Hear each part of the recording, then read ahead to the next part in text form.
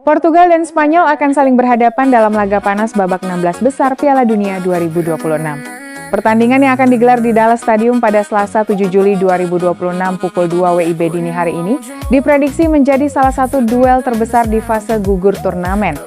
Bukan hanya mempertemukan dua raksasa sepak bola Eropa yang syarat sejarah, pertandingan ini juga menghadirkan bentrokan dua generasi. Di satu sisi ada Cristiano Ronaldo, sang legenda yang masih menjadi andalan Portugal. Di sisi lain, Spanyol datang dengan generasi emas baru yang dipimpin Lamine Yamal, pemain muda yang terus mencuri perhatian dunia.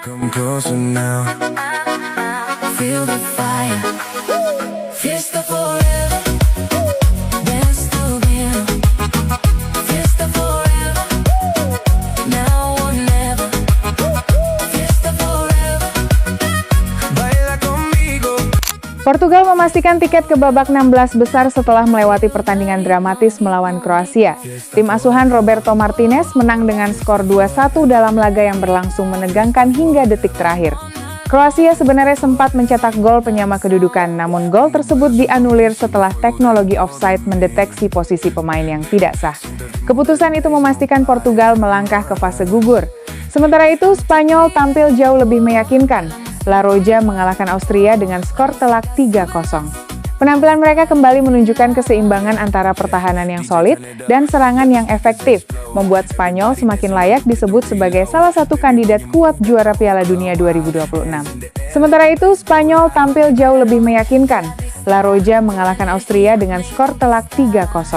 Penampilan mereka kembali menunjukkan keseimbangan antara pertahanan yang solid dan serangan yang efektif, membuat Spanyol semakin layak disebut sebagai salah satu kandidat kuat juara Piala Dunia 2026. Meski demikian, tantangan yang kini menanti jauh lebih berat.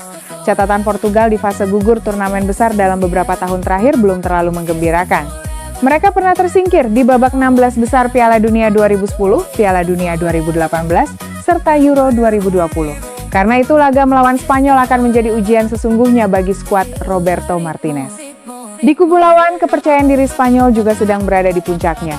Kemenangan meyakinkan atas Austria diraih berkat 2 gol Mikel Oyarzabal dan 1 gol Pedro Porro. Permainan cepat, disiplin, dan efektif kembali menjadi ciri khas La Roja sepanjang turnamen ini. Performa Mikel Oyarzabal pun patut mendapat perhatian khusus. Penyerang Real Sociedad tersebut sedang berada dalam performa terbaiknya setelah terlibat langsung dalam 23 gol dari 16 penampilan terakhirnya bersama tim nasional Spanyol. Statistik tersebut menunjukkan betapa berbahayanya lini depan Spanyol saat ini. Pertarungan di lini tengah diprediksi akan menjadi penentu jalannya pertandingan.